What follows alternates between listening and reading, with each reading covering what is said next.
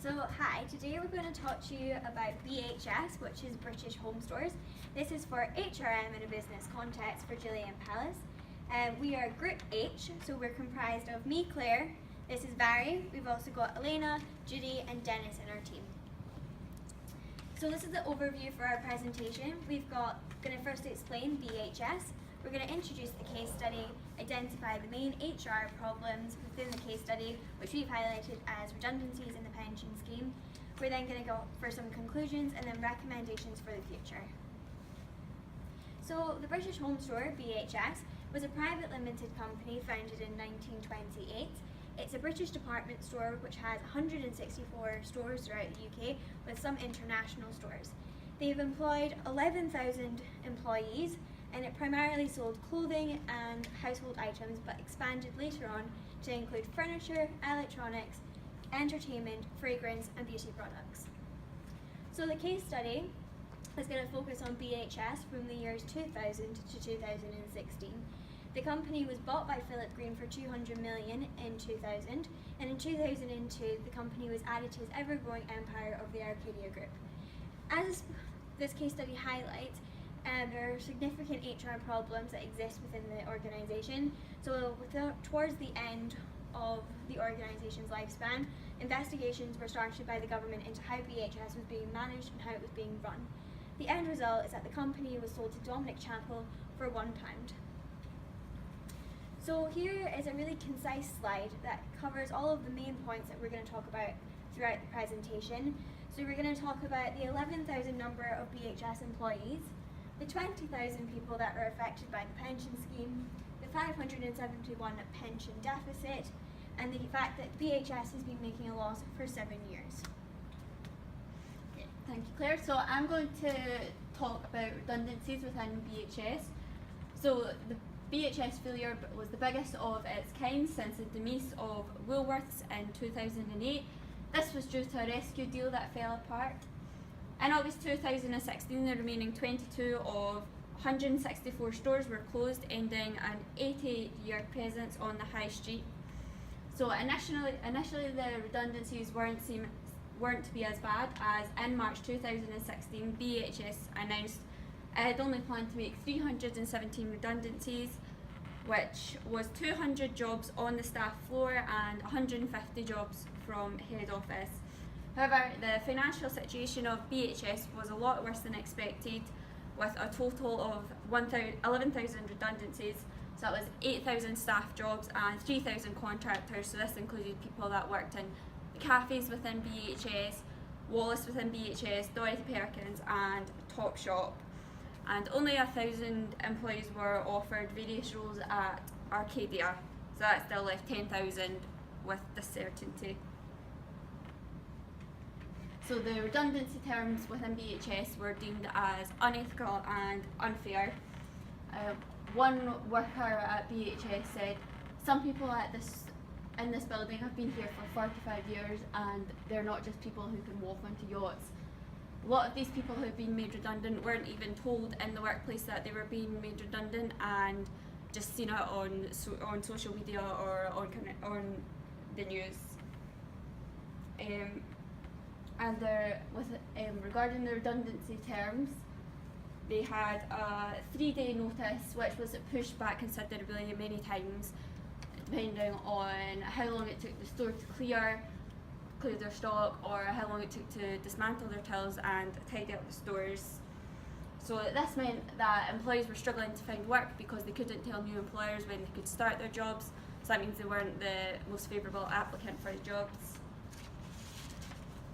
The redundancy term was most effective for long-term employees who've been there a long time. Green had a moral responsibility to all those employees who had signed contract with his companies and invested years of their lives to making it a success, a responsibility that him and Chappell failed to recognise, as they did not do the best for their employees and their outcomes. So we're going to move on to the second HR problem that we've highlighted within the case study, which is the pension scheme. Within BHS they had two main pension schemes in place, one which was a more general scheme for most of their employees and one for their senior management team. It should be highlighted that when Green bought BHS in 2000, the schemes were already in a surplus of 43 million. Throughout his running of BHS, you can see that it was continuously going into a deficit, which obviously increased to the final amount of 571 million.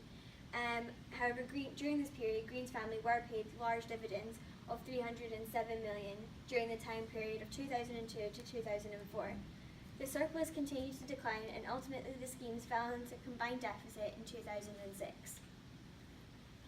The pension scheme was closed to new members in 2005 before it halted new accruals for existing members in 2009. It should be highlighted that BHS declined to make the employer contributions necessary to maintain the sustainability of the pension scheme over the years in which Philip Green ran BHS. This was detrimental to the pension scheme success and survival. In 2015, the fund's pension became so bad that a plan was positioned internally to Green, which suggested that it would take 23 years for the fund to become whole again or to be recovered. Whilst this was going on between the years of 2015 to 2016, there was launched investigations which suggested that this was obviously going into turmoil, and instead of Philip Green deciding to work with the government and come up with strategies, he decided to avoid them and sell the business. However, when selling the business, he acted in a way to try and conceal the true state of the BHS pension, and he lied to Chapel and his advisors. Ultimately, the aftermath of the pension scheme is that 20,000 people were affected by BHS's pension, and that includes the current and ex-workers or workers of BHS. They face substantial cuts to their entitlements. The pension regulator, TPR, has launched an anti-avoidance investigation into BHS, which is still ongoing. The Pension Protection Fund, which is the PPF, was set up to help companies who fail or can't comply with paying their employees through pension funds. And they suggest that they will need to pay up to 300 million to cover BHS retirement schemes alone. As the TPR investigation is still ongoing, it suggested that employees of this company or past employees of this company may receive a pension for Christmas.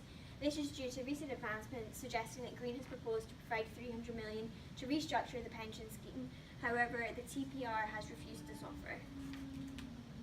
Okay, just to conclude what we have said, due to Philip Green's unethical behaviour and that he knew that Chapel was a bad businessman, he had a bad reputation, he'd been bankrupt before, and the whole case study just highlights capitalists really. So in October 2016, MPs voted to have Philip Green stripped of his knighthood, which was implemented in November.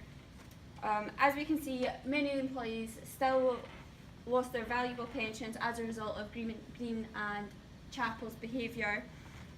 To prevent this happening again, an auto-enrolment pension scheme has been introduced in which millions of employees within the UK will automatically see a gradual slice of their salary being put into their pension. The only way that this wouldn't happen is if employees voluntarily opted out of the scheme. Okay. Just some recommendations now. So, regarding redundancies, we recommend that flexible working contracts are introduced for employees who have been made redundant. It was highlighted before that of the 11,000 employees that had been made redundant, only 1,000 were offered roles within the Arcadia group. However, it has not been clarified whether these roles are part-time or full-time. However, if they introduce even temporary flexible working contracts for staff, it means that they are able to find other jobs and they'll be able to let employers know when they can start. And our second recommendation regarding pensions is if employers don't contribute to pensions consistently, the TPR or the PPF should intervene and there should be repercussions such as penalties. If this had been the case within BHS, then a pension deficit of 571 million could have been prevented or significantly reduced.